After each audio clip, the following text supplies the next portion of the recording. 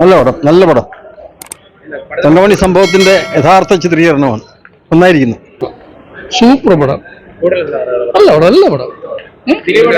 ദിലീപ് അടിപൊളി, ദിലീപ് അടിപൊളി, പടം അടിപൊളി, സൂപ്പർ പടം. കാണാൻ നല്ല പടം. പെട്ടു. ലൈക്ക് യഥാർത്ഥ നടന്ന സംഭവമല്ലേ, അതുകൊണ്ട് അത് ഒത്തിരി ടച്ചിങ് ആയി.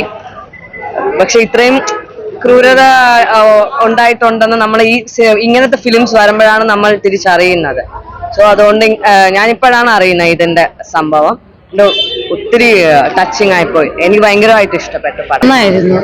ഇത്ര കഷ്ടപ്പെട്ട് അവരെത്ര കഷ്ടപ്പെട്ടെന്ന് നമ്മൾ ഇതിൽ നിന്ന് മനസ്സിലാക്കാം. വളരെ ഇഷ്ടപ്പെട്ടു.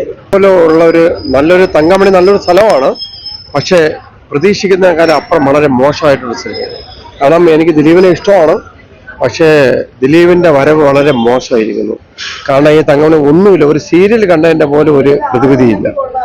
വളരെ മോശമായിട്ട്. ഞാനൊരു ഷോർട്ട് ഫിലിമൊക്കെ എടുക്കുന്ന ഒരു ഡയറക്ടറാണ്, പക്ഷേ നമുക്കൊരു സീരിയൽ കണ്ട ഒരു പ്രതിവിധി പോലും ഇതിലില്ല. മിക്കവരും ഉറങ്ങിപ്പോയി. ഇറങ്ങി വന്നതിന് ശേഷം വളരെ മോശമായിട്ടുള്ള അഭിപ്രായമാണ്. ദിലീപ് ഒരു സ്ക്രിപ്റ്റ് കേൾക്കാതെ, ഒരു കഥ കേൾക്കാതെ ഒരു സിനിമയിൽ അഭിനയിക്കുന്ന ഇനിയും ദിലീപിന്റെ നിലവാരം വളരെ താഴോട്ട് പോകും എന്നുള്ളതാണ് തോന്നുന്നത്. നമ്മൾ സ്ക്രിപ്റ്റാണ് കേൾക്കുക, ഒരു സ്ക്രിപ്റ്റ് നല്ലൊരു കഥ. ഇപ്പൊ മമ്മൂട്ടി ആയിരുന്നാലും മോഹൻലാലായിരുന്നാലും നല്ലൊരു കഥ കേൾക്കുന്നുണ്ട്. ഈ കഥ ഒരിക്കലും കേൾക്കുന്നില്ല. ദിലീപ് ഇപ്പം എനിക്ക് തോന്നുന്ന വളരെ നിലവാരം കുറഞ്ഞ സിനിമയിലോട്ട് പോയിക്കൊണ്ടിരിക്കുന്നു. ഇപ്പോഴും നാച്ചുറൽ സിനിമയിലോട്ടാണ് പോകേണ്ടത്. ഞാനൊക്കെ സ്ക്രിപ്റ്റ് എഴുതുന്ന ഒരാളാണ്, പക്ഷെ ഇത് വളരെ മോശമായി പോയി. നല്ലൊരു സിനിമയിലോട്ട് പോകേണ്ടതായിരുന്നു. നല്ലൊരു കഥാപാത്രം ഇനിയും കിട്ടുമ്പോൾ നല്ലൊരു കഥാപാത്രത്തിലോട്ട് പോകാം. പക്ഷെ ഈ സിനിമയിലോട്ട് ഇനിയിപ്പം അടുത്തിപ്പോൾ ആൾക്കാർ കുറഞ്ഞുകൊണ്ടേയിരിക്കുന്നു. പക്ഷെ വളരെ മോശമായിട്ടൊരു ഇതാണ് ദിലീപ് പോയിക്കൊണ്ടിരിക്കുന്നത്.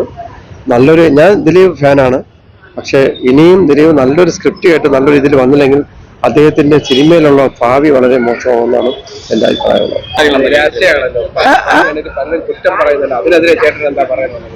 ഇല്ല, ഇത് എല്ലാവർക്കും ഇഷ്ടപ്പെടും.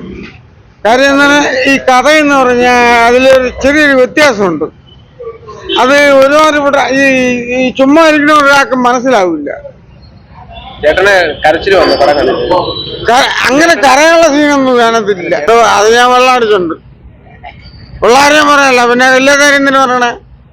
ദിലീപിന്റെ സിനിമ തന്നെ ഇത് മറ്റേ ഈ പണ്ടത്തെ ഒരു നാടൻ സ്റ്റൈലായിപ്പോയി. സൂപ്പർ സൂപ്പർ എന്ന് പറഞ്ഞാൽ സൂപ്പർ.